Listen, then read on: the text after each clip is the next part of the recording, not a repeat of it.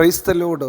വേഗം വരുന്നവനായ നമ്മുടെ കർത്താവായ യേശുക്രിസ്തുവിൻ്റെ നാമത്തിൽ എൻ്റെ സ്നേഹവന്ദനങ്ങളെ ഞാൻ അറിയിക്കുന്നു.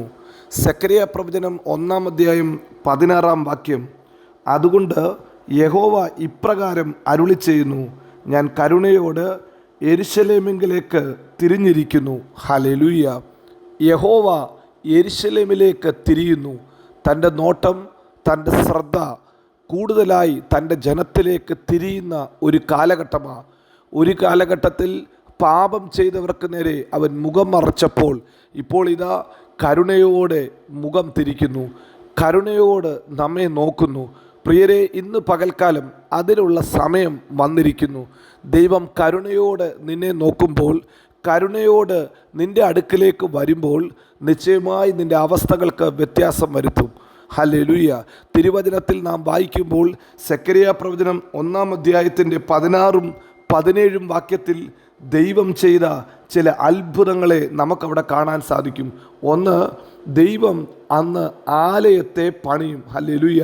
എൻ്റെ ആലയം അതിൽ പണിയും. പ്രിയരെ, ദൈവം നമ്മെ നോക്കുമ്പോൾ, നമ്മുടെ പട്ടണത്തെ നോക്കുമ്പോൾ അതിൻ്റെ നടുവിൽ ദൈവത്തിൻ്റെ ആലയം പണിയും.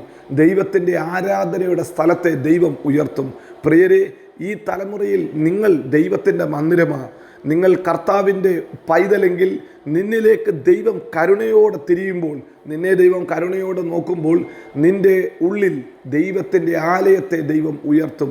ദൈവത്തെ ആരാധിക്കുന്ന, ദൈവത്തെ സ്തുതിക്കുന്ന, ദൈവനാമത്തിന് നന്ദി പറയുന്ന ഒരു ആലയമാക്കി നിന്നെ പണിയാൻ, നിന്നെ ഉയർത്താൻ എൻ്റെ തമ്പുരാൻ വിശ്വസ്തനാ. തിരുവചനത്തിൽ നാം ഇങ്ങനെ വായിക്കുന്നു, നിങ്ങൾ ദൈവത്തിൻ്റെ മന്ദിരമെന്നും നിങ്ങളെ കർത്താവ് വിലയ്ക്ക് വാങ്ങിയെന്നും നിങ്ങൾ അറിയുന്നില്ലയോ? നിങ്ങളെ അവൻ വിലയ്ക്ക് വാങ്ങി, നിങ്ങളെ അവൻ പണിതെടുത്ത് നല്ല ആലയമാക്കി മാറ്റുന്നു. ഈ കാലഘട്ടത്തിൽ ഹല്ലേലൂയ, നാം ഹല്ലേലൂയ ശത്രുവിൻ്റെ കളിപ്പാട്ടമോ ശത്രുവിൻ്റെ ചവറ്റുകൊട്ടയോ അല്ല, പിന്നെയോ പരിശുദ്ധാത്മാവിൻ്റെ മന്ദിരമായ ദൈവത്തിൻ്റെ വിലയേറിയ ജീവനുള്ള ആലയമത്രേ. പ്രിയരെ, അവൻ ചിലരെ പണിയും. ഈ ദിവസങ്ങളിൽ ഹല്ലേലൂയ തകർന്നു പോയതിനെ വീണ്ടും പണിയാൻ എൻ്റെ കർത്താവ് വിശ്വസ്തനത്രേ. അവൻ യെരൂശലേമിൽ അളവുനൂൽ പിടിക്കും. ഹല്ലേലൂയ. അളവുനൂൽ കൊണ്ട് അവൻ പിടിച്ച് നിന്നെ ഏറ്റവും മനോഹരമായ ദൈവത്തിൻ്റെ ആലയമായി കർത്താവ് പണിയും. വീണ്ടും രണ്ടാമതായി 17-ാം വാക്യത്തിൽ പറയുന്നു, എൻ്റെ പട്ടണങ്ങൾ ഇനിയും അഭിവൃദ്ധി ഹേതുവായി വിശാലത പ്രാപിക്കും. 2, നിൻ്റെ മേൽ അഭിവൃദ്ധി വരും. നീ ദൈവത്തിൻ്റെ ആലയമായോ? നിശ്ചയമായി ആലയത്തിനകത്ത് പുഷ്ടിയുണ്ട്, ആലയത്തിനകത്ത് നന്മയുണ്ടെന്ന് 65-ാം സങ്കീർത്തനത്തിൽ നാം വായിക്കുന്നു. ആലയത്തിൽ പുഷ്ടിയുണ്ട്, ആലയത്തിൽ തളിർപ്പുണ്ട്. അതുകൊണ്ട് നീ അഭിവൃദ്ധി പ്രാപിക്കും. ഒരു ദൈവ പൈതലിനെ ദൈവം വിളിച്ചത് തകർന്ന് തരിപ്പണമാകാനല്ല, കർത്താവിൻ്റെ നാമത്തിൽ വളരെ ഫലം കായ്ക്കാനാ. അതുകൊണ്ടാണ് യോഹന്നാൻ്റെ സുവിശേഷം 15-ാം അധ്യായത്തിൽ നാം ഇങ്ങനെ വായിക്കുന്നു, നിങ്ങൾ അധിക ഫലം കായ്ക്കുമ്പോൾ എൻ്റെ ശിഷ്യന്മാരെന്ന് ലോകം അറിഞ്ഞിട്ട് ഹല്ലേലൂയ ദൈവനാമത്തെ മഹത്വപ്പെടുത്തും. പ്രിയരെ, നിങ്ങൾ നന്നായിരിക്കണമെന്ന്, നിങ്ങൾ ശുഭമായിരിക്കണമെന്ന് ദൈവത്തിന് പദ്ധതിയുണ്ട്. ഇന്ന് പകൽക്കാലവും നമ്മെ തകർത്ത് കളയുന്ന, നമ്മളെ ഉടച്ചു കളയുന്ന, ഇല്ലായ്മ ചെയ്യുന്ന ഒരു അപ്പയല്ല നമുക്കുള്ളത്. നമുക്ക് വേണ്ടി ഏറ്റവും ശ്രേഷ്ഠമായത്, ഏറ്റവും നല്ലത് കരുതുന്ന ഒരു നല്ല പിതാവ്, തൻ്റെ മക്കളുടെ ശ്രേയസ്സിൽ പ്രസാദിക്കുന്ന ദൈവമെന്ന് 35-ാമത്തെ സങ്കീർത്തനത്തിൽ നാം വായിക്കുന്നു. തൻ്റെ ദാസൻ്റെ ശ്രേയസ്സിൽ, തൻ്റെ ദാസൻ്റെ അഭിവൃദ്ധിയിൽ, തൻ്റെ ദാസൻ്റെ നല്ല കാര്യത്തിൽ പ്രസാദിക്കുന്ന, സന്തോഷിക്കുന്ന ഒരു നല്ല ദൈവം. അവൻ പറയുന്നു, ഇന്ന് പകൽക്കാലവും ആ അപ്പ നമ്മളോട് പറയുന്നു, ഞാൻ നിന്നെ ഇനിയും വിശാലത തന്ന് നിന്നെ മാനിക്കും. ഞെരുക്കത്തിൽ നമ്മെ വിശാല സ്ഥലത്തേക്ക് കൊണ്ടുവരുന്ന, വിശാലത തരുന്ന ഒരു തമ്പുരാൻ നമുക്കുണ്ട്. ഇതാ 3-ാമതായി പറയുന്നു, ഞാൻ ഇനിയും സിയോനെ ആശ്വസിപ്പിക്കും. ജീവിതത്തിൽ പ്രതിസന്ധി വരുമ്പോൾ, പ്രതികൂലം വരുമ്പോൾ അമ്മ ആശ്വസിപ്പിക്കുന്നത് പോലെ ആശ്വസിപ്പിക്കുന്ന ഒരു ദൈവം, നമ്മെ ബലപ്പെടുത്തുന്ന ഒരു ദൈവം. ജീവിതത്തിൽ പ്രതികൂലങ്ങളും പോരാട്ടങ്ങളും വന്നെന്നിരിക്കാം, പക്ഷെ അതിനകത്ത് തകർന്നു പോകാൻ ഒരു ദൈവ പൈതലിനെ അനുവദിക്കാതെ അവനെ ആശ്വസിപ്പിക്കും. ആശ്വസിപ്പിച്ച് ബലം കൊടുത്ത് മുന്നോട്ട് കൊണ്ടുപോകാൻ അവൻ മതിയായ ദൈവമത്രേ. ആശ്വസിപ്പിച്ചിട്ട് തിരഞ്ഞെടുക്കും. അതാ ദൈവത്തിൻ്റെ പ്രോമിസ്. ദൈവം തിരഞ്ഞെടുത്ത വ്യക്തിയാണോ, നിശ്ചയമായി നീ താഴോട്ടല്ല പോകുന്നത്, നീ ഉയർച്ച തന്നെ പ്രാപിക്കും. ഇന്ന് പകൽക്കാലവും ഈ വചനം കേൾക്കുന്ന നിങ്ങളോട് പരിശുദ്ധാത്മാവ് പറയുന്നു, കർത്താവ് നിങ്ങൾ നിങ്കലേക്ക് തിരിഞ്ഞിരിക്കുന്നു. കർത്താവ് നിങ്കലേക്ക് കരുണയോടെ തിരിഞ്ഞിരിക്കുന്നു.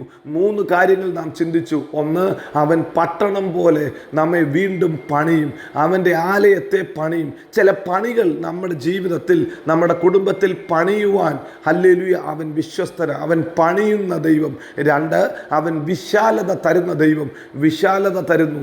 അഭിവൃദ്ധി മുഖാന്തരം വിശാലത തരുന്നു. നന്മ കൊണ്ട് വിശാലത തരുന്നു. ജീവിതത്തിൽ ഹല്ലേലൂയ ഒരു വിശാലത തരാൻ എൻ്റെ ദൈവം വിശ്വസ്തനായ ദൈവമത്രേ. 3 പറയുന്നു, തിരഞ്ഞെടുത്ത് ആശ്വസിപ്പിക്കും. അവൻ തിരഞ്ഞെടുത്ത് ആശ്വസിപ്പിക്കും. അല്ല, ആശ്വസിപ്പിച്ച് തിരഞ്ഞെടുക്കും. ദൈവം ആശ്വാസം തരും. ദൈവിക തിരഞ്ഞെടുപ്പ് വെളിപ്പെടും.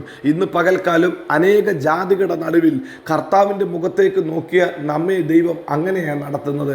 പിതാവേ, ഇന്ന് രാവിലെ സമയത്ത് ഈ വചനം കേൾക്കുന്നതിൻ്റെ മക്കളെ ഓരോരുത്തരെയും ഞാൻ അങ്ങയുടെ മകനെന്ന അവകാശത്തിൽ അനുഗ്രഹിച്ച് പ്രാർത്ഥിക്കുന്നു. അങ്ങയുടെ മുഖം ഇവരുടെ മേലെ തിരിക്കണം. അങ്ങയുടെ കരുണ ഇവരുടെ ജീവിതത്തിൽ വെളിപ്പെടണം.